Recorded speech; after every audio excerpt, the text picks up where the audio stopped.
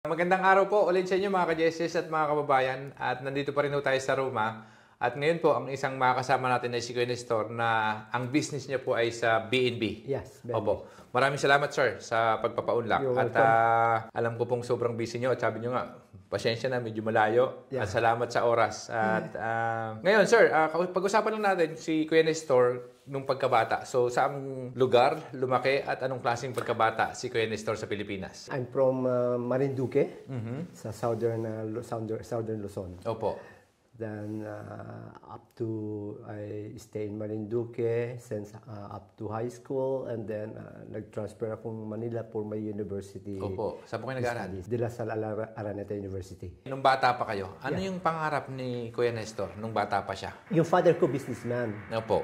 Mga copra dealer, tsaka rice dealer. Yung elementary pa ako, parang tinuturuan ako, tinitrain ako ng parents ko, yung father ko, na para mag-business. Opo. Actually, during my yung elementary days, di ba meron tayo mga 2 months, 2 months vacation? Yeah. 2 months? Summer, di ba? Summer vacation. No? I remember na yung binigyan ako ng father ko ng kapital. Elementary ako elementary ako. Binigyan ako ng father ko ng kapital. Maggawa ng counting negosyo, yung tindahan, sari-sari store. Okay, so actually, may tindahan na kami, pero may tindahan ng nagtitinda ng, alam mo naman sa probinsya, no? Yung may nagtitinda ng gas. So, lahat na pwedeng anything. Then, pinagkatiwala sa akin ng father ko. Okay. So, ilan taong ka nito? Elementary. So, elementary. Bata. Elementary. 10 years old siguro. Yeah, elementary. So, when you say pinagkatiwala, kayo na yung mismong bantay, kayo namimili. Ako namimili. Pupunta ako sa palengke, para sa bayan, para mamili, para maglagay ng tinda sa probinsya. Sa barangay ito? Barangay. Malayo pa kami sa sa bayan, no? So, dapat sasakyan ka pa ng boat para makapunta sa bayan. Kasi wala pang sasakyan na umaabot din So, yun, nung elementary ako, ganun ang ginawa ko. May mga tinapay na candy. Anything na pwede magkapitan. Kasi malapit kami sa sari-sari store. Sari-sari store. Pero malapit kami sa eskwelahan. Okay. Di ba may tinatawag tayo nung elementary, may recess na, mga 10 a.m. in the morning. Lalabas may 2 beses. Isa sa hapon, isa sa tanghali. So, yan. So, marami mga tinapay, pang merienda ng mga bata. Okay. So, yun yung business ko noon. Nung araw. Okay. So, tapos, ano yung pangarap? Elementary. I can't believe elementary. Tama. Opo. So, pero kayo, nung bata, ano bang pangarap nyo? Ang pangarap ko nung bata, siyempre, makapag-aral. Okay. No? At least mayroong matapos. At saka yung magkaroon ng maayos na buhay. So, in general, wala kayong specific na gusto nyong maging? Kunyari, piloto. Nung elementary, wala pa akong ganong iniisip kung anong maging gusto kong yung mga... Wala pa. Wala kayong pangarap. Walang specific. Ang gusto nyo lang makapagtapos. Makahanap ng magandang trabaho. Yun yung nasa isip nyo na bata kayo. Okay. And then high school. Mag-graduate ng high school. Siyempre, yung high school, pumapasok na sa isipan mo kung anong gusto mo. Tama. And naging pumasok sa isipan. Yung by that time, very in demand ang agriculture engineering. Okay. So, mahilig naman ako mag-try. Mahilig ako sa garden. Tama. So, I took anong course tinik nyo sa Lasal? Agriculture engineering. Okay. Yes. So, natapos nyo ba ito? Natapos ko yun. I graduated ng 1983. Okay. Then, after that, nagtrabaho ako ng ilang, less than a year or 1 year sa San Miguel Corporation. And then, after that, habang ako nagtatrabaho doon, nag-iisip ako mag-abroad. Okay. Kasi ang iniisip ko, kasi ang mga kapatid ko nasa abroad lahat. Okay. Halos lahat. High school, nakapagtapos na kayo ng mag-aral ng universidad at nagtrabaho kayo at naisip nyo na gusto nyo na mag-abroad? Actually, mayroong binibigay ng offer sa akin trabaho sa province. Yung ng National Food Authority, yung parang pinaka-director doon. Yeah. Professor ko. So after my graduation, gusto niya yung gumawa siya ng letter para doon sa Marinduque na makapasok ako doon sa National Food Authority sa Marinduque. Saan nangyari? Pero wala akong lakas na loob na ipasok yon. Ayaw ko. Okay. Ayaw ko. Kasi pinag-aralan ko ang province at saka ang Manila. Okay, sabihin natin magkaroon ako ng magandang trabaho. Saan ako dadalhin yung sweldo ko doon? Tama. Yung doon, yung posibilidad, yung mga priority mo doon, wala, hindi, kakaunti, very limited. Okay. Unless contractor siguro kayo, okay lang. Kung gustuhin mo man, wala kang magagawa. Hanggang doon ka lang. Okay, tama. Okay? Samantalang kung nasa Manila ako, Mas maraming opportunity. mas maraming opportunity, lalaki yung kaisipan mo kung anong dapat mong gawin. Okay. Oo. Tsaka, inisip ko noon, kung kukunin ko yung trabaho, okay. Kung tatanggapin ko yung trabaho na offer sa akin doon, mapamahal ako sa trabaho, Yeah. mahirap na akong makaalis. Okay. Parang gano'n, hanggang doon ka na lang. Tama. Okay? Okay. So nag-ano ako na sa Manila, nag-stay ako sa Manila. Okay. Stay ako sa Manila. So nag-stay kayo sa Manila, nagtrabaho kayo sa San Miguel Corporation. Then hanggang nagtatrabaho ko doon, nag-isip na ako na makapag-abroad. Dahil kahit sabihin nasa Manila ka, ano pa rin, malaking kita, maganda na. sabihin natin ayos na yung sweldo mo. Pero yung pangarap ko sa buhay, hindi pa rin, Tama. hindi mo pa rin maabot. Look, naman, alam mo naman situation sa atin. Maraming mayayaman sa atin na pag nag-abroad sila o gusto mo mamasyal sa ibang bansa, talagang tipid na tipid pa rin sila. Pero mayaman na sila. So, ganun yung isip ko nung unang panahon. Kasi gusto ko rin maabot yung makapag-travel, no? Tama po. Yan. So, kailan dumating yung point na nga yung opportunity para makapag-abroad? Italy ho ba agad o ibang lugar? Italy agad, Italy. Dito sa Roma mismo? Yeah, Okay. Italy agad. So, kwento nyo lang, sir. So, nagtatrabaho kayo, sabi nyo nga, sa San Miguel Corporation. Paano dumating yung opportunity na magkaroon ng offer dito sa Roma? Actually, walang offer na binigay sa akin. Actually, yung kapatid ko nandito sa Roma. Ilan sila dito? Dalawa sila dito. Yung kapatid kong babae. Nandito sila ang dalawa. And then, uso kasi doon noong time 1986, uso doon yung nagpupuntahan talaga dito sa Italy ang mga Pilipino.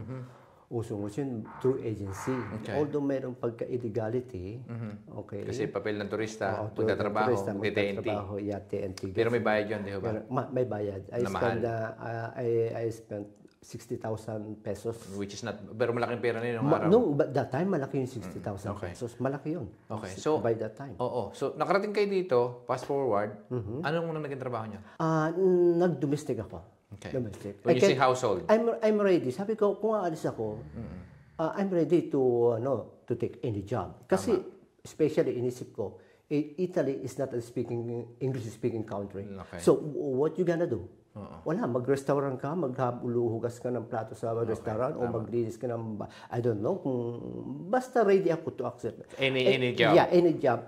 Ang inisip ko, this is my stepping stone. Okay. Kasi may pangarap din ako. Tama. Actually, Ilan taon kayo nito? Yung nabigyan kayo ng pagkakataon? I'm 26. May pamilya na? Wala pa that time? Wala pa. Okay. So, binata? Yeah. Okay. So, dumating kayo dito, nagtrabaho kayo sa bahay.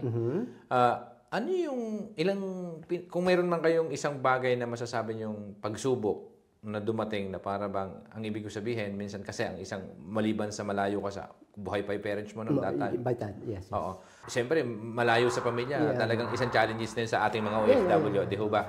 So, ang sa akin ho, yung pinakamatinding challenges na dumating sa buhay nyo, nung nandito na kayo, kung nagkaroon man ng challenge apart from sinasabi nyo nga kanina na language barrier, hindi marunong tayo masyado mag-Italiano, hindi naman sila marunong masyado mag-English. So, sa madaling salita, nagkaroon ho ba kayo ng challenges dito sa pagtatrabaho as, sabihin natin sa household? siyempre, yung pagtatrabaho sa hindi, inaccept ko siya, pero hindi ganun sa puso nyo? Sa puso ko. Totoo dahil hindi ito yung trabaho ko. At saka nagtapos pa kayo mag-aral Nag-aral ka pero ito ay magiging stepping stone ko lang. Tama. Okay, magpakaayos ako sa trabaho. Galing. And then, let's see kung ano. Basta positive yung mind ko. Tama. That time. So, na yung malampasan ko lahat. Tama. Yeah. So, yun yung pinangahawakan nyo. Yeah. So, yung pangarap ni Kuya Nestor na nandito na sa Italia, ano ba yung gusto nyo maging nung nandito na kayo? I mean, makapag-negosyo ba eventually? Kasi... No, hindi. Ganito ang nangyayari. So, nagdo-domestic ako sa isang bahay. Then, yung employer ko, employer ko, he was discovered me na talagang mayroong potential. Okay. Papagkatiwalaan, saka marunong. Yun ang nakita sa akin. Okay. Then, after that, since na mayroon silang jewelry shop sa pinaka-famous street dito sa Roma, na pinakamahal na street. Okay. Itinanggal niya ako sa domestic. Okay. Doon nag-start ang ano ko. Sa sales ka nilagay? O sa shop nila doon sa jewelry shop? Sa jewelry ano shop. naging trabaho mo doon? Parang assistant ako doon. Ako taga-control ng mga jewelry. Okay. Responsible ako sa mga jewelry.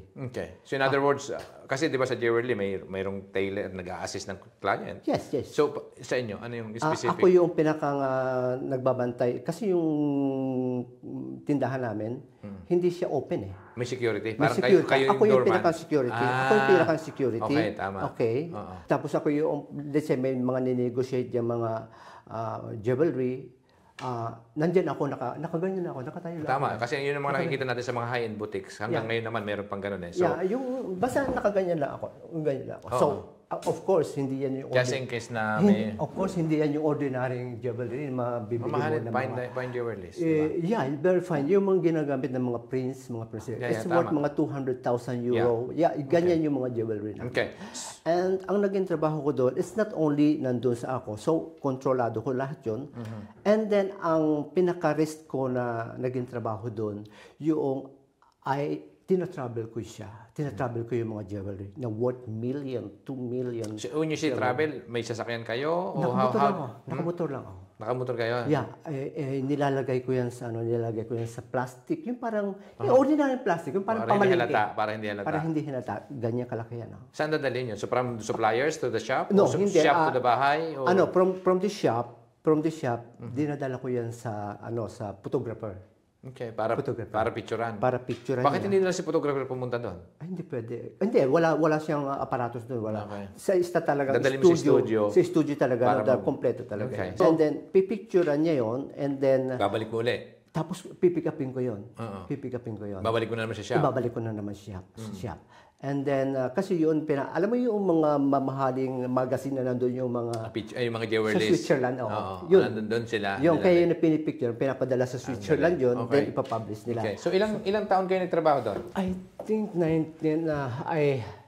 siguro mga 4 or 5 years. 4 or 5 years. So, pero yung trabaho nyo, yun at yun? Yeah. Pero after that, mayroon akong day off doon. So, yung day off ko, nagsa-sideline pa rin ako. Ano yung second job nyo? Kasi lahat yung house cleaning. Okay. So, karamihan sa atin bilang dito sa normal yung magkaroon ng second job. Oo, second job. Okay. Nung nandito na kayo, nagtatrabaho nga kayo, galing sa domestic na medyo naangat ng konti dahil sabi nyo nga, napunta kayo dun sa shop, medyo mas magaang trabaho kumpara sa bahay. Yeah. Definitely. Tapos, ano yung mga bagay na natutunan nyo na masasabi nyo ika nga ay naging pundasyon niya rin kung nasa saan kayo ngayon? Doon sa experiences nyo dito sa trabaho, naging domestic, di ba? Tapos pangalawa na doon ka sa shop.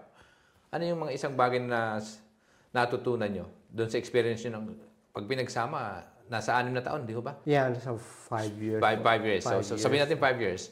Sa loob ng 5 taon, kung mayroon kang natutunan dahil sa experience nyo, anong bagay itong natutunan nyo na talagang nasabi nyo, ay, buti na. Well, nung nandun ako, kasi parang yung boss ko kasi, parang marami ko din natutunan sa boss kung paano magpatakbo. Yun. Okay, Yun. So ano yung bigyan nyo kami ng isang example pero ng isang bagay na...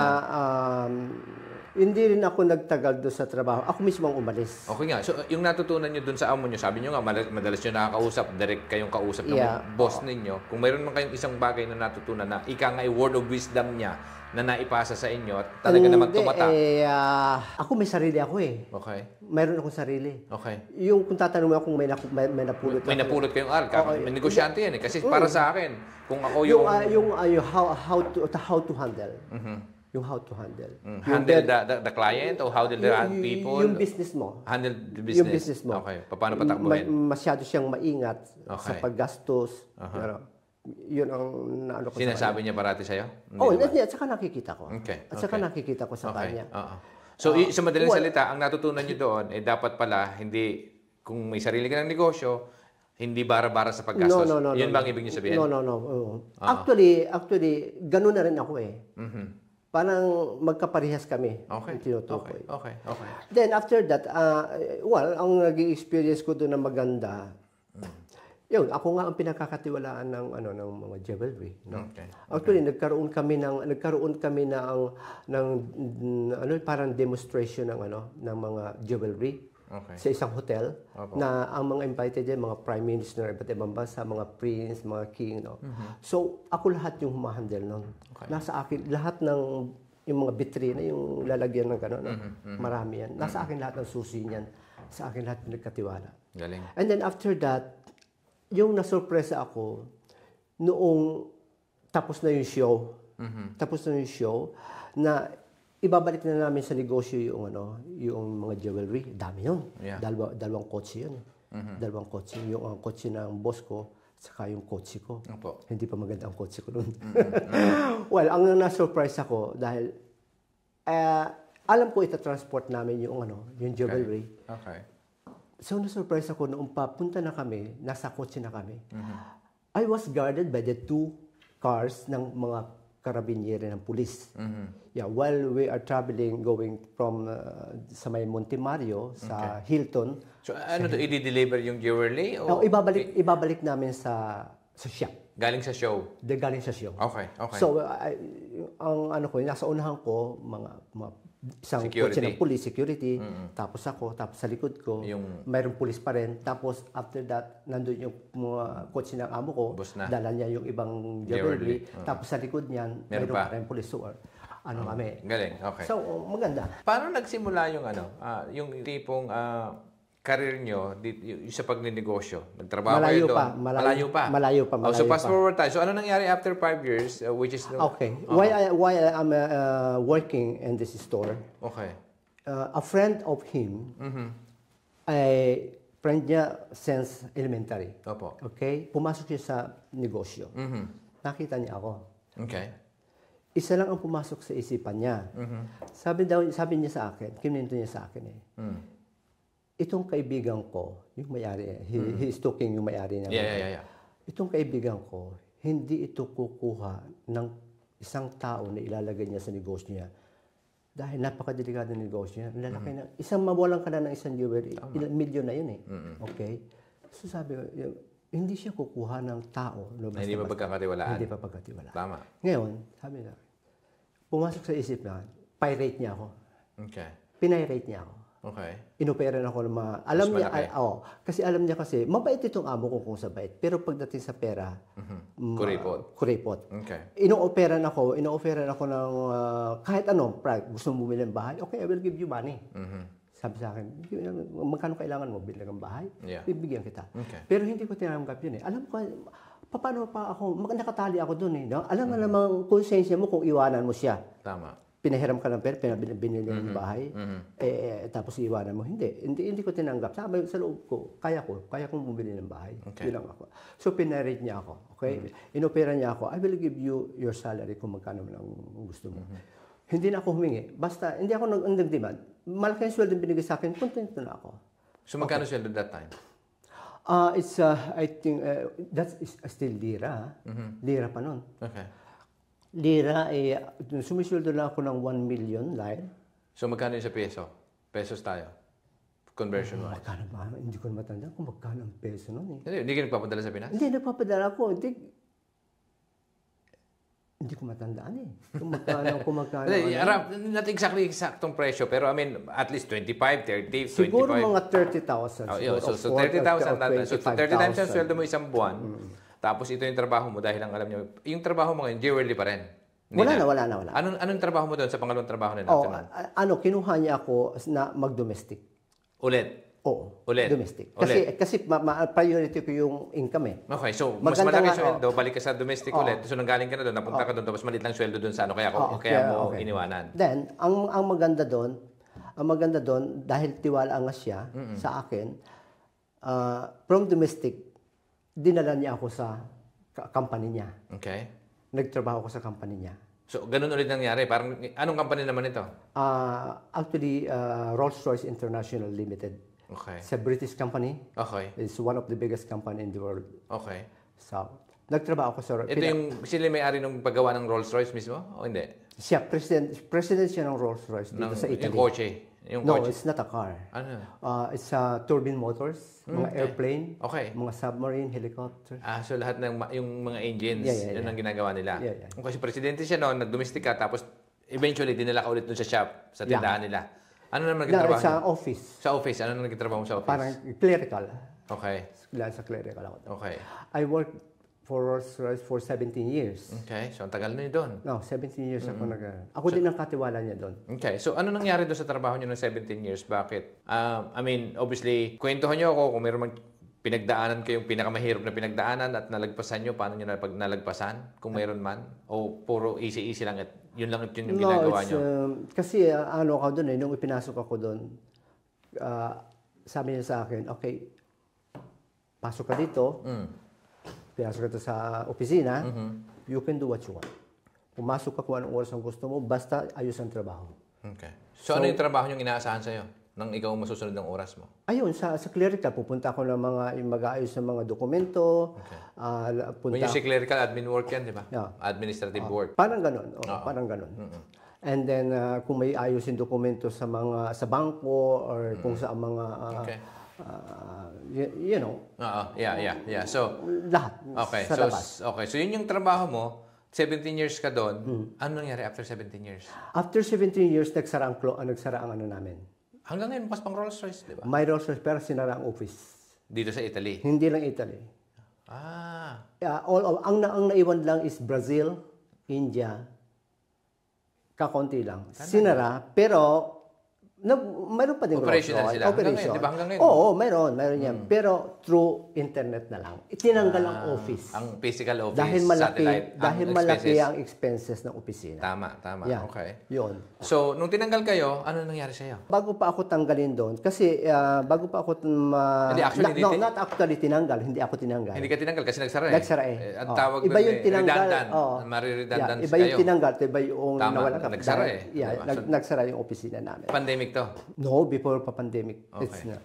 Nung habang ako yung nagtatrabaho doon, so I'm almost 40, 50, Siyempre nagprepare na ako for my retiring. Okay. So anong gagawin ko? At saka nag-iisip talaga ako ng yung isang business na hindi ko sasayangin ang maraming oras na kumikita ng malaki. Okay. So by that time nag-iisip na ako, pinag-isipan ko ang bed and breakfast nga. Okay. So nandun kayo, na-redundant kayo sa company dahil nagsarado.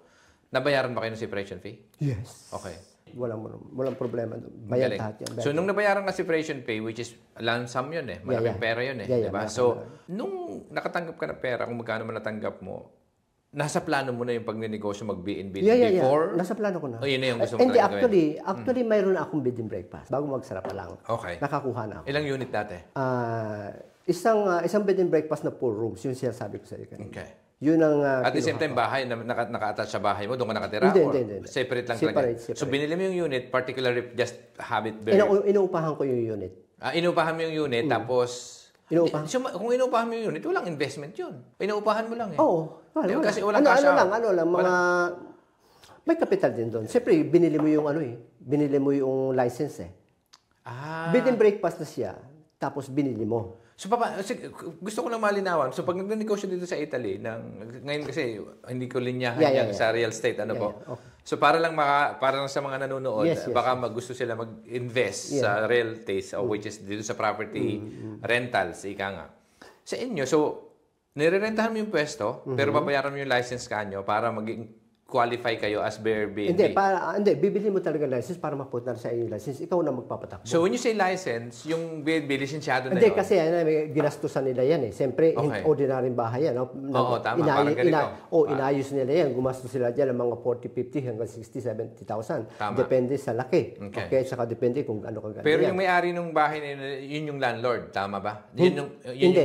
Iba pa. Sino may-ari ng bahay?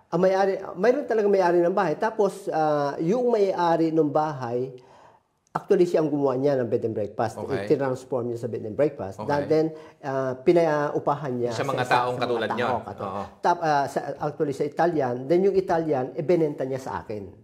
binenta niya siya yung rights. Oh, yung rights. Yung which is yung license. Yeah, yung rights. Binenta So, niya sa pag akin. binili mo yung license, magkano yun? Ang nagastos ko doon is nasa 40,000. 40,000. 40,000 euro. So, hindi pa sa'yo yung unit, Hindi pero sa'yo. yung license nun para mapaupahan mo, yun yung sa'yo. So, ang ibig... 40,000. Oo. So, binili mo ng 40,000 yun, ilang taon mo na? Kailan mo mababawi yung 40,000 kung rights lang, hindi naman pala sa'yo yung property? May property, mahal ang property. Kaya nga. So, kapag sinabi mo yung, binili mo yung license, Yung right mo, yung right mo. yung rights mo, ang ibig sabihin nun, binili mo ng 40,000 yung rights, sabi mo inuupahan mo, yun na yung upa. O iba pa yung upa. Hindi. Iba yung upa. Uupahan mo pa ulit? Oo, uupahan. Magkano yung upa mo doon? Starting ako ng 1,006. So, yun yung i-risk mo ngayon, 1,006, kasi kung papabibinbi mo siya, magkano ka nag-charge? Let's say 5 days, sa 100 na lang. Kung tutuusin, 16 days lang yan eh. Kung 100 per night, o kung 150, nasa 7 days lang, ang chances profit mo yung 23 days kung mapupuno mo yung kalendaryo. Yeah. Oo. So, at least, to break even, but then, kasi ang gusto ko lang maintindihan, may 40,000 kang ginastos para sa license. How many years o months in order for you to get the 45? Yun naman parang naka-deposit yun eh. Kung gusto mong iwanan yun, pwede mo ibenta yun eh. Ibebenta mo ulit yun. Ibebenta. Kaya hindi mawawala yun. So, hindi mawawala yung kapital? Hindi mawawala yun. Unless na hindi mo ibenta at iwanan, ibigay mo, isauli mo sa wala. Ibebenta mo by force yun. Dahil nandun yung 40,000 mo eh. Kung binili mo siya ng 40,000, how much more? Pwede mo nang ibenta ng 60 hanggang 70. Hindi ko na maintindihan kasi, kunyari sa atin, iba eh. Diba? Sa Pilipinas, pag may binili kang kondo, loan mo sa bangko, ikaw may-ari ng condo units. So then, kung para ma-BNB ka, you have to register as kasi ang binili mo dito yung right mo lang naman eh. License. Hindi mo binili yung struktura, yung structure. Hindi mo binili yung unit. Yun nga yung gusto kong maintindihan. So ngayon, yung structure, is it property of the government that you have to pay them? No, property ng isang private individual. Yeah. Okay. Private individual. So ikaw ngayon, investor, nag-invest ka na BNB, binili mo yung rights, which is sabi mo nga, hindi mo nang babago yun eh, o pwedeng umangat pa. Angat pa yun, hindi pwedeng baba. Oo. So, pangat yun. So, investment pa rin yun. Tama. So yung 40,000 mo, hindi mawawala. Hindi malulugi. Hindi mawawala yun. Ang risk mo na lang doon, in my opinion, kasi hindi ako expert dito, pero nakikita ko na lang kasi yung 40,000 mo, parang kumbaga sa atin sa tricycle, pag bumili ka ng co-op na lisensyado yung tricycle mo, yung linya. Yeah. Parang gano'n yun. Parang gano'n. Diba? So tumataas kasi yun. Hindi talaga bumababa. So, okay.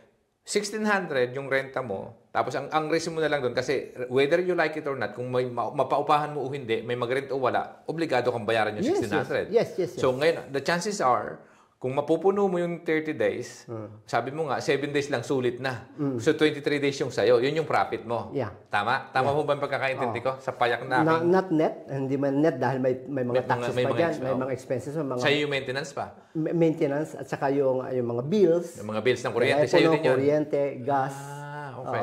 Tapos yung tax ang pinakamatindi. Matindi. Okay. Tax ang pinakamatindi. Galing. So, ngayon, ilang unit na meron ka na ngayon? Yun nga, yung sinasabi kong bed and breakfast na 4 bedrooms at saka yung 2 guest house ko sa Termini. Okay. So, ang dami. So, malaki-laki na yung monthly niyan. Kung tutuusin. No, actually, ito sa Termini is, yun ang property ko. Hindi so, na ako, binili mo yun? Binili ko na buong structure. Yun. So, bahay ito o building? O parang ganito? Hindi, apartment? parang ganito. Parang, apartment din tawag mga dito. dalawang 90 square meter na apartment. Okay. 90 square meter. Kasi yung house kasi buong bahay, pati lupa kasama. Yung sa inyo dito, ganun din ba yung pagbibili sa Italy? Kasi walang pagkakaiba sa condo unit o apartment sa Pilipinas. Yes, Tama ho ba? Yes, okay. So, anyway, napakaganda, no? So, nakabili na kayo ng 40,000, which is investment nyo. Ilang years na ngayon? 9, magti-10 years na next year. Nadagdagan ba ulit after yun yung kauna-unahan eh. Yeah. Di ba? 40,000. Tapos ngayon, ilan pa yung sumunod? Yun, after COVID, kasi nabili ko yung bed and breakfast ko noong 1986. Ayun yung 40,000 na sinasabi mo? 2016. 16. So yung kauna-unahan, yun yung 40,000. Yeah, 2016. Okay. Then after 2019, after 3 years, nag-COVID, di ba? Okay. 2020 yung COVID, March. December 1919 to actually 2020 na. 2020. Hanggang 2022, March I think. 2020, 2022. On and off na yung parang nag-last yung COVID kasi ng 3 years, pero on and off yung bukas-sara. So, that time, Then, after COVID, So, yun yung pangalawa. Nakabili ka ng 2016, tapos 2019, nagkaroon ka pa ng isa ulit? hindi, after COVID. After na ng COVID. So, which 2022, 2022, 21. yung bumili na ako ng sarili ko. So, pangalawa yon. Pangalawa. Ito Okay. nga sinasabi ko sa iyo. Okay. So, yung 40,000 mo na investment, which is nandoon pa rin yon, hanggang ngayon nandoon pa. Yeah. Yung pinangbili nyo ba ng pangalawang unit, nanggaling na doon sa kinita nyo, doon sa isa, o hindi? O nagdagdag pa kayo ng... hanggang ngayon ba nagtatrabaho pa kayo? If you don't mind asking. Side hustle Kasi pa rin may kayo. mga investment na ako eh. Kaya nga. Oo. So, ang ibig ko sabihin, gusto ko lang maintindihan kasi nagpalibay kong license ulit kayo. O sabi mo, mas binili mo, mas mahal yun. Kung tutusin kasi kasama yung structure. Yes. So, yung investment mo na 40,000, which is hindi naman nawala Hindi doon. nawala yan. Ano yun? Ang gusto ko lang malaman, bumili ka ng bagong structure kasama na yung license na pa-BNB ulit. Tama ho ba? Magkano ang investment mo ulit dito? Actually, dyan, yung hindi renovated na bahay, kung titingnan mo sa mga mga publicity, nag-range siya ng mga 4,000, pinakamababa 4,000, 4,500 hanggang 5,000 to 5,500 Mas mura. ng renovated. Ay, renovation lang yon. Hindi pa renovated yun. Per square meter, ha? Per square meter? Per square meter. Okay. No, I don't think so. Akala ko yung as a whole. No. Hindi, ang gusto mong malaman yung buong total ng bahay. 4,000 to 5,000 square meter hanggang 5,000 square meter, i-renovate mo pa yun. Okay. That's, so we're talking about 500, 1 million? Hindi naman. 300? Dahil ako nagpa-renovate eh. So mga nasa 300, sabi sa'yo? More. Between 400, 500,000 roughly. Okay. So assuming natin 500,000 or less. Yeah. More or less 350 to 500,000. So saan ang galing yung investment nyo na in-invest nyo dito? Okay. Ayan ang gusto kong makita. Kasi ang galing eh. Ang galing ng 40,000, kumikita yung daily. Tapos nagtatrabaho ka mo kayo ulit. Yeah. Ano pang trabaho nyo ngayon? Yung bed and breakfast. Yun na lang? Yeah. Yun na, Then nandun pa rin ako sa boss ko ng Rolls Royce. Hanggang ngayon? Hindi, sa household? Oo, pero I'm not doing really household. Nasa household pa rin. Pero ang sa kanya is yung may personal secretary, parang ganon. Okay, PA, maaaring personal assistant. So, okay. Personal assistant. So, doon ka nagtatrabaho sa kanya, nakabili ka ng 40,000, di ba? Ang galing eh. Kasi after, how many, 8 years? Yung 2023 o 2022, nakabili ka ng mas mahal na investment. Yeah. Ang gusto ko lang makita, saan na investment? Paano lumaki ng ganun kabilis? Saan ang galing pera? Contractor ba? No. Okay. Tama yan. Dahil hindi madali yan. O kaya nga. Hindi madali. Nakakabilib. That's a very good question. Diba? So, ang gusto ko lang malaman, kumikita yung BNB business. Yeah. Oo. Tapos nag-invest kayo ng mas malaki. Yeah. So, siyempre yung mga manunod, gusto ko lang maliwanag at maintindihan nila yung buod ng kwento. Yes. Opo. So, dun sa investment nyo ng mas malaking investment, upfront payment ba ito o niloan nyo sa bangko to? Actually, pay in cash. Okay. Doon ka pa bibilib eh. Oo, upfront, di ba? So pag binili mo kasi ng upfront, ibang level yun. So, yun ho bang perang pinagsama-sama yung kinikita sa BNB, tapos may naipon kayong maaari sa separation fee doon galing sa company before, o yung pang kinikita nyo, obviously sumusweldo. Full-time pa ho ba kayo hanggang ngayon? Full-time job? Full-time. Oo. So ang full-time average dito sa, I'm not asking your specific salary, di ba? So ang nagra-range ho ba saan? Yung pag nagtrabaho ka as a PA o, di ba? O personal assistance ng isang big time na negosyante dito sa Italia. Ano yung range ng salary niya? Actually, I'm working for, kasi yung naman trabaho ko sa kanya, ako ang nasusunod. Kaya nga po. Kung gusto So, ko magtrabaho yung sweldo po, magkano? It's about 4 hours, 1,002. A day. So every day kayo nagtatrabaho. Tapos, hindi not necessarily. Okay. So, kung ano gusto kong pumasok. Tama. Basta ang trabaho ay nagagawa ko, that's the blessings para sa akin. Nobody will control me. Okay. Sila mismo ang nagsasabi sa akin, you can do what you want. As long as yung kailangan ko magawa mo. Ganun, very responsible. So ano yung mga ginagawa niyo specifically? Hindi ako yung tao na pinabayaan ka ng amo mo, isasamantalahin mo na hindi ka, no. So ano yung specific na ginagawa niyo sa 4 na oras? Wala, kuminsan doon, inaasik ko siya doon sa bahay.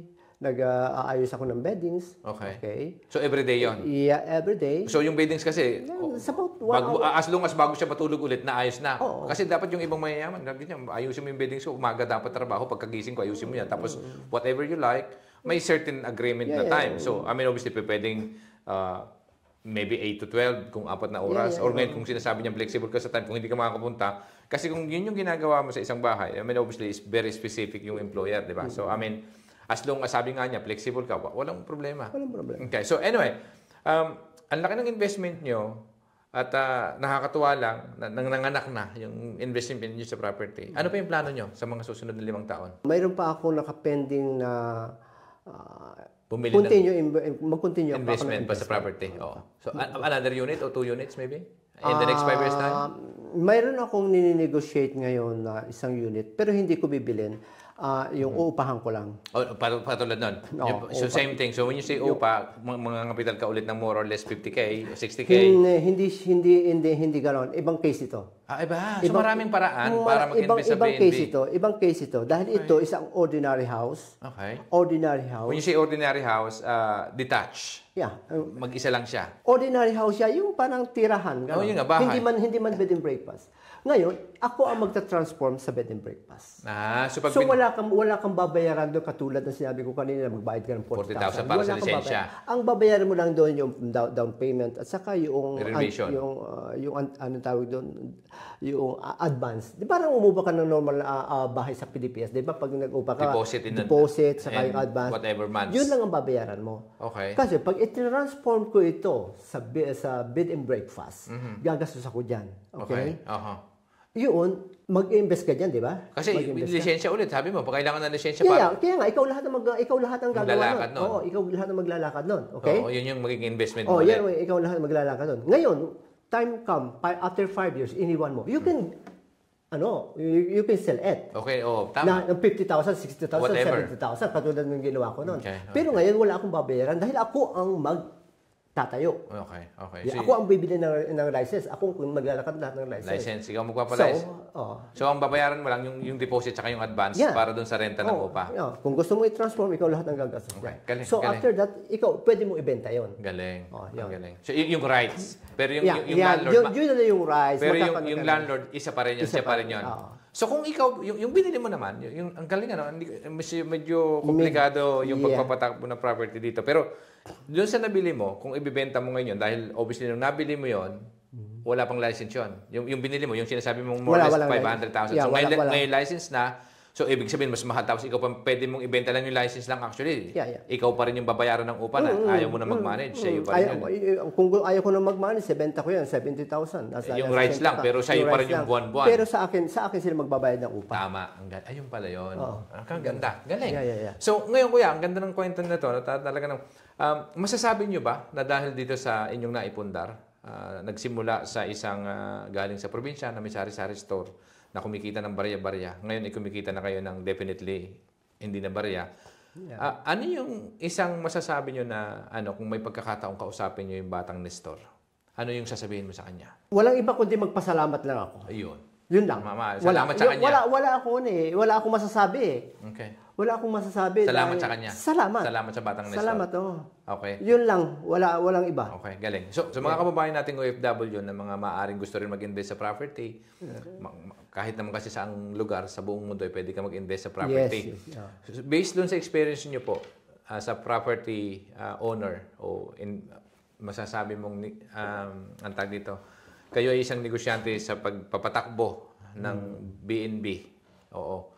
Ano po yung gusto niyong mensahe sa mga taong kababayan natin na maaaring makapanood ng video na gusto ring mag-invest na katulad ng ginawa ninyo? Kung ano man yung pinapangarap natin, dapat yung ano man yung pinapangarap, hindi lang tayo dapat mangarap. Okay. Dapat yan kasama ng yung abilidad mo. Okay. Abilidad mo. Okay. Kasi mga pangarap ka naman, wala ka namang ability na gawin yan. No? Paano mayayari yung pangarap mo? Maraming bagay na dapat natin i-consider. Okay po. So, kamukha po ng ano dapat na, kung alam nyo lang, kunyari, para sa akin, in my opinion, no? Kasi, kumbaga sa akin, expert na kayo dyan eh. Kasi, sa ilang taong pagpapatakbo ng property, mayroon dyan na dapat, sinabi nyo sa sarili nyo, dapat alam ko yun na. Parang dito ko lang natutunan doon sa pagpapatakbo nito eh. Yun ang ibig ko sabihin. So, kasi sa araw-araw na ginawa ng Diyos, na may ginagawa tayo ang araw-araw, there's something always lesson learned, ika nga, na dapat sa susunod pala hindi ganun eh. Dapat pala ganito eh. Yeah. Yung mga dapat na dapat alam mo na, yun yung ibig ko sabihin para yun yung magiging word of wisdom mo. Kung may mga taong bibigyan ka ng advice na magtatayo ng negosyo na kamukha ng tinayo mo, dapat, anak, sa susunod, pinagdaanan ko yan, dapat ganito gawin mo, hindi dapat ganyan, ganito dapat. Ikaw, ano yung mensahe mo? Well, ang mensahe ko sa mga magtatayo ng business o mag-i-invest, sa property. At property. Sa aking nawa mong BNB nga. Yeah, okay. Bed and breakfast, okay. Yeah, unang-una, isipin muna natin yung mga sources natin. Okay. Sources. Okay. Let's say gusto kong bumili ng isang business o mag-invest ako. Okay? Kwentahin mo muna. Okay. Magkano ba yung income mo? Kasi maraming nag-i-invest eh. Mag-i-invest ka tapos after a year, iniwan mo na dahil hindi mo na kaya. Okay. Tapos hindi mo alam kasi unang-una. Hindi mo alam kung magkano yung kailangan. Hindi mo alam kailangan. Hindi. Maraming nagkaroon ng problema ang mga Pilipino, lalo ba dito sa Italia na nalalaman ko. Okay. Yun na nag-i-invest na nahihinto. Dahil. Okay, ang unang-una natin gagawin. Okay. You examine your income. Okay. I-examine mo na income. Magkano ba yung income na pumapasok? Okay. Secondly, magkano ba yung lumalabas? Okay. Aside from that na mayroon ka ng income, no? May regular income ka na, save na yun mayroon ka ng certain amount na every month nakasave talaga na you cannot touch that. Okay. Ako ganun Pag ako may isnave, hindi ko tinatouch. So yun yung ang ibig mo sabihin, that particular thing that's for the investment. Yeah, for the money. For the investment or for your savings. Kasi magsisave ka muna eh. Kaya nga, in order for you to invest. To invest. Yun ang mangyayari, ang sinasabi mo, ang unang-unang kailangan nilang gawin, kung kumikita sila ngayon may sweldo dahil may trabaho sila, ipunin muna nila. Well, I am talking with my experience kung paano ko ginawa. Tama po. Hindi ako yung advice mo based doon sa experience mo. Kung ano yung experience ko, yun ang isi-share ko. Yun ang masasabi ko. So, ang sinasabi niyo po? Ang ginawa ko ganito. Pinag-aralan ko kung magkano ba talaga ang income namin. Okay. Pinag-aralan ko ang expenses. Aside from the expenses, when you say expenses, yung personal expenses mo ba to? Regular expenses. Oo, so sa personal na regular expenses mo, maaring bahay, whatever, yung lahat, damit, pagkain, lahat niyan. So, then, aside from the regular expenses, everyday, daily expenses, sabihin na natin, nandiyan ang kuryente, telepo, lahat-lahat na, magkakaroon ka pa rin ng extra expenses which you don't know. Okay. Ano yun? Yung mga emergency, may humingi sa atin, dapat kasama yun eh. Emergency, yun ba yung tinatawag mo na emergency fund, dapat magtabi ka? Yeah. Ako ganon. Okay. Ganon ang ginawa ko. Okay. So, sa ganyang paraan, alam mo kung magkano yung nasisave mo. Okay. Which is untouchable.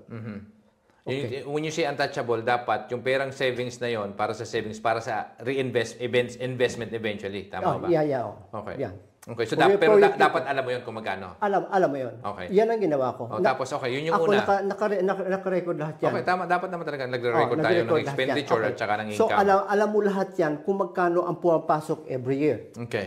At the end of the year, magkukwenta ko. Ngayon ang pumasok ito. Okay. Then, on the next year, ganun din, magkukwenta ko. So, maano ko, hindi bumababa sa ganito yung pasok ng pera. Okay? So, ibig sabihin, pag hindi bumababa yan at regular yan, na ganyan pumapasok ka, magkakaroon ka ng projection ngayon. Kung magkano ng investment mo for 2 years, 3 years, 5 years, no? Tama. So, doon, pag naalam mo na yun, nakapag-isip ka na kung anong klaseng investment at magkano ang investment mong gagawin. Okay. Ganon ang ginawa ko. Okay po.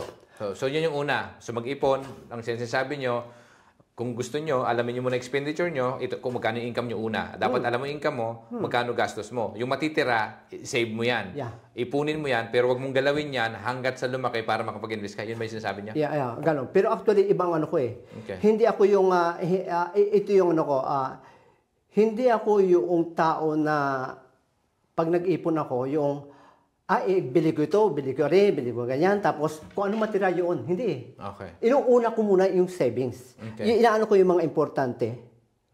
Dahil yung savings talagang hindi dapat ayun nga ang ibig sabihin. Yeah. So ang ibig sabihin... Iba yun. Iba. Bakit?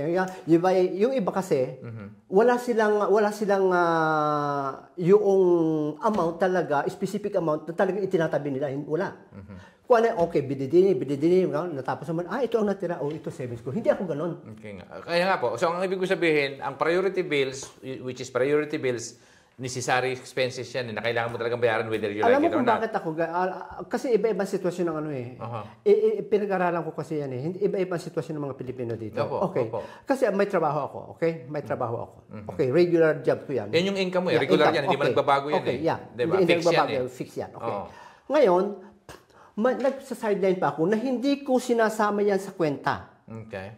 Yun, kung mayroon akong gustong bumili ako ng damit, doon ko kunin sa extra. Dahil ako, ang sitwasyon ko, very in demand ako. Kaya nga po. So, ang ibig nyo sabihin, yung fix nyo na income, galing sa main source of income, which is yun yung trabaho mo, na first, kumbaga, yun yung main job mo. Yeah, main job. O, yung second job, yan yung kung may gusto kong bilhin. Pero yung sinasabi mo, as long as na yung income ko dito sa aking main source of income, which is in your case, yun yung main job mo, lahat ng pumapasok doon, ang kailangan mo lang bawasin doon, yung expenses mo na pambayad sa upa, kung manangungupahan ka, tama ho ba? Pagkain mo, telepono mo, so lahat yung tatanggalin mo, yun lang ang kukunin doon. Hindi kukunin doon yung kung gusto mo may bilhin ka na luho, whatever. No. O, tama ho ba yung pagkakaintindi ko? Yeah. So lahat ng matitira doon, after ng expenditure mo, yun yung savings mo na sinasabi mo nga na dapat untouchable. Huwag mong galawin yun. No, so yung part-time mo, which is yung second job mo, yun naman yung pang bili mo kung may kailangan bilhin. Tapos yung tinatawag mo na emergency fund, saan ang gagaling? Saan mo kinukuha yung emergency fund? Mayroon akong ano doon. Doon sa income ko, na yung regular income, mayroon nang nakatabi doon certain percentage. Meron ako nakatabi doon. Okay. So at least naka-ready ka, hindi mo talaga magagalaw yung ano. Tama. Okay po. So balikan natin yung ano. So ano yung advice nyo doon sa mga kababayan natin? So maliban doon sa magtabi kayo, kung gusto niyo mag-invest sa property, ang una nyong gawin, mag-ipon muna kayo ng investment para yun yung kapital na tinatawag. Yun yung unang-una kasi sa property kasi may talagang malaki ang kailangan mo. Okay. So, ano pa? Yung ano mo, yung first of all, yung sinabi ko kanina, and then yung kung gagawa ka ng isang proyekto, mag-invest ka, kaya mo ba? Not only financially, maaaring kaya mo financially, pero yung alam mo ba kung paano. Tama. Alam mo ba kung paano yan? Okay. At saka, yung ano mo, alamin mo rin, ako kasi, marami ko kasing pinag-aralan, no? Pinag-aralan ko din kasi yung nag-invest ako, kung hanggang kailan ba ako kikita ng ganito. Okay. Hanggang kailan kaya. Okay. Ready din ako ang sarili ko doon. Okay. Mayroon akong yung response. Na-examine ko sarili ko. Kung ako'y nagtatrabaho ng ganito, hanggang kailan ako? Sinagot ko ng sarili ko. Hindi pwede akong ma-stop. Dahil, in demand ako. In demand ako. Yun na yung response doon eh. Hindi ka pwedeng mawala dahil in demand ka eh. Ano man, maraming tumatawag sa iyo, very in demand ka. So, imposible na mawalan ka ng trabaho. Okay. Yan ang ano natin. Kasi yung iba nag-i-invest, hindi nila alam kung hanggang kailan. Okay. Yeah? Okay. So, ang ibig niyo sabihin, dapat alamin muna natin. No. Ang ibig niyo sabihin, kapag may investment na kayo, nakapagsimula na kayo magnegosyo, kahit na tumatakbo yun ng negosyo, yung main source of income nyo, huwag nyong iwanan. Yun ba yung sinasabi niya? Tama ho ba? Maaaring mawalan ako ng trabaho. Okay. So, ang inisip ko, maaaring mawalan ako ng trabaho. Anong gagawin ko? So, in-examine ko muna sa sarili ko. So, pwede ba akong mawalan ng trabaho? Sabi ko, sarili ko, sinagot sa hindi. Bakit? In demand ako eh. Okay. So, that's it.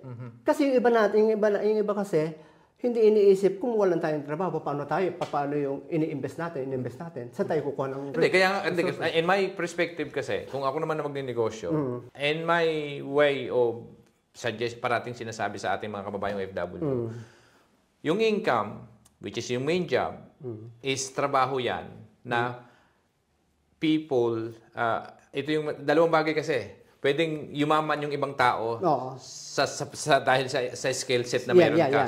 Na ikaw gagawa ng pamamaraan ng pagtatrabaho. Tama.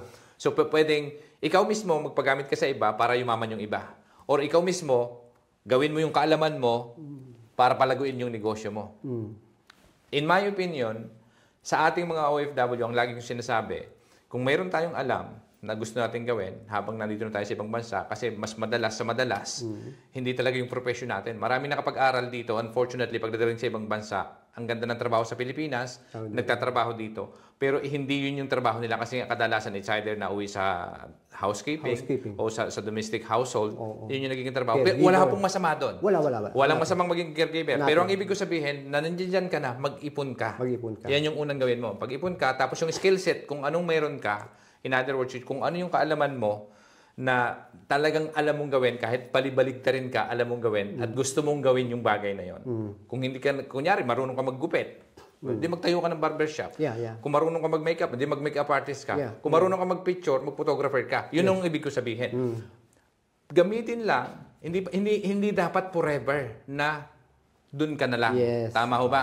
So yun yung parati kong sinasabi. So pero kailangan may gawin na, yun nga, tama yung sinasabi ko. In my opinion, ang tamang pamamaraan, siguro, bago ka lumipat na para sa negosyo na, kapag mayroon, sa akin, ang pinakamaganda siguro, 6 month na ika nga hindi man mag-click yung business na tinayong mo or kung ano man yung gusto mong gawin. At least 6 month, hindi ka, kahit wala kang trabaho. Pero hanggat hindi mo kung wala kang ipon ng 6 month, wag ka munang umalis doon sa trabaho mo. Yes. Tama ho ba? Tama. So, yun yung ibig ko sabihin. Pero pag the fact na nakita mo yung potential ng ginagawa mo, in your case, property, kumikita ka na, pero parang ang feeling ko sa'yo, hindi ko pa rin bibitawan yung trabaho ko Diba? Tama ho ba? Parang ang dating sa akin, nung sinasabi nyo ngayon, maganda na yung kinikita ng property mo, pero ikaw, imbis na itodo mo, yung alam mo na sa pagpapatakbo ng BNB, mas gusto mo pa rin na iwag-iwanan yung trabaho kasi secure yung income mo dun 1,200 buwan-buwan Hindi ka matatakot dun Bakit kako, ang hindi ko lang naiintindihan, mas kadalasan na pinipili ng iba na wag umalis kasi nga 1,200 yun. Safety yun Marami dito. Kaya nga ho. Pero pa sa akin, bakit kung alam mo nang gawin yung isang bagay, which is in my opinion, 10 taon mo na pinapatakbo yung negosyo, alam mo na yun, kahit bali-balikoin yan Alam mo yung patakbuhin yan Bakit hindi nyo ibigay yung 4 na oras o 8 oras kung ilan man yung tinatrabaho nyo ngayon para dito mas palaguin pa to? Yun ang ibig ko sabihin. Di ba? Okay. Kasi pag yung 4 na oras mo, ito kasi minsan hindi naiintindihan ng iba. Time is money. Kasabihan, matagal lang sinasabi, alam na natin, lumantugtugin na yung time is money. Pero pag naintindihan mo yung value ng oras, di ba? If you're earning whatever an hour, yan yung value mo Tama mo ba? Yan yung alam mong pwede mong kitain sa ganitong sa 4 na oras. Kunyari ang rate mo ang isang oras ko dapat 40 o 50 euro per hour. Yan yung bayad ko sa sarili ko. So ngayon, pag kayo nagtatrabaho, yan yung hihingin mong demand sa salary doon sa kausap mong employer, kung sino man yun. Dapat yan yung skill set ko, ito yung dapat per hour ko. Sa negosyo ho kasi, pag binigyan mo ng mas maraming oras, di ba? Mas maraming oras, ang ibinigay mo sa negosyo, kasi sa negosyo, sky's the limit Pwede ka magtrabaho ng 16 hours pero dapat yung income nakabase doon sa magkano ba kailangan mo. Kasi pag hindi din nabibigay, there's no point to just keep going of hard work kung hindi mo naman kinikita. Kasi the more money you can earn for the business, mas maraming oras binibigay mo kung kinikita mo, hindi ka mabu-burn out Tama ho ba? Tama. Oo. So, in my opinion, para sa akin, kung ano yun, in this case, property, bakit, ang tanong ko lang sa inyo, kumikita na kayo ng napakaganda ngayon, hindi nyo maiwan-iwanan yung trabaho nyo? No, ganito yun, Ganito yun. First of all, nag-iisa siya. Okay. Konsensya ko kung iiwanan ko. Okay. Kasi yung pera, okay na ako I'm not after the money now. Okay. Dahil meron na ako. So, stable na ako. Pwede kong gawin ang gusto kong gawin. Walang oras. So, wala siyang pakialam. Hindi ka uutusan. Gawin mo ang gusto mo. Yun yung sinasabi yung privilege nyo. At the same time, naaawa na lang kayong iwanan siya. Inaawa na lang ako iwanan. May point naman. Hindi Tama ko, naman. Konsensya ko, kung paano, sino kukunin ito? Hindi lang naman ako tagalinis ng bahay doon kung personal secretary niya ako. Okay nga. Pag mayroong siya mga kailangan, okay. Ilan taon na kayo dito? 17 years? 40? 40 years ka na sa kanya, nagtatrabaho? 30, more than 30. More than 30 years. Yeah, okay. More than 30 years. Okay. Mag-isa lang siya. Okay po. So ang ganda nun. So, sa akin so, ngayon, ang tawag dito, kung mayroong gusto pumunta ng Roma at naghahanap ng B&B, saan po mahahanap si Kuya Nestor? Pagkakataon niyo na po para i-promote yung inyong mga property para mabigyan natin sila ng ano. Sa sino man na gustong pumunta dito sa Roma na naghahanap ng matitirhan, B&B or guest house, mayroon akong B&B sa Viale Manzoni number 81, malapit sa Colosseo, Santa Maria Maggiore. At ang guest house ko ay nasa Piazza Independenza, Via Solferino number 9. Andun ang dalawang guest house ko na ang bawat isa is 45 square meter. May sala at may kitchen ng bawat isa. Opo. Okay. Saan number? Pinakamabilis. WhatsApp ngayon ang pinakamabilis na contact. Okay. WhatsApp number. WhatsApp number is number 339-855-9577. Okay. Maraming salamat po. Okay. Okay. So, maraming salamat, Boss Kuya Nestor, sa inyong pagpapaunlak sa amin. At na-appreciate po namin. At alam ko po na yung istorya nyo ay ka-inspire sa iba o sa ating mga nanonood. At maraming salamat po. Mga kababayan, ito na naman po at nasaksihan natin ang isang success story ni Kuya Nestor na isang dating batang nagtitinda sa kanyang tindahan, sari-sari store, nakapunta ng Italia at ngayon ay may dalawa ng property na pinauupahan. Pero ito po, napalaking aral na dapat yung trabaho pagka may gusto ko pa rin pagkakitaan, hindi lang din para sa pera. 'Di ba? Ika nga, hindi lang din pera-pera, kaya hindi niya maiwan yung trabaho niya dahil may pinagsamahan siguro ng boss niya dahil napakatagal ng panahon na pinagsisilbihan. Oo. Wala pakialam. So, sana po ay nakapulot kayo ng aral at na-inspire kayo sa kwento ni Kuya Nestor at kung kayo po ay may natutunan, mag-subscribe po kayo at share itong video na ito. At hanggang sa muli, maraming salamat po. Ayun. Thank you. Bye-bye. Thank you, boss. Thank you, Thank you, sir.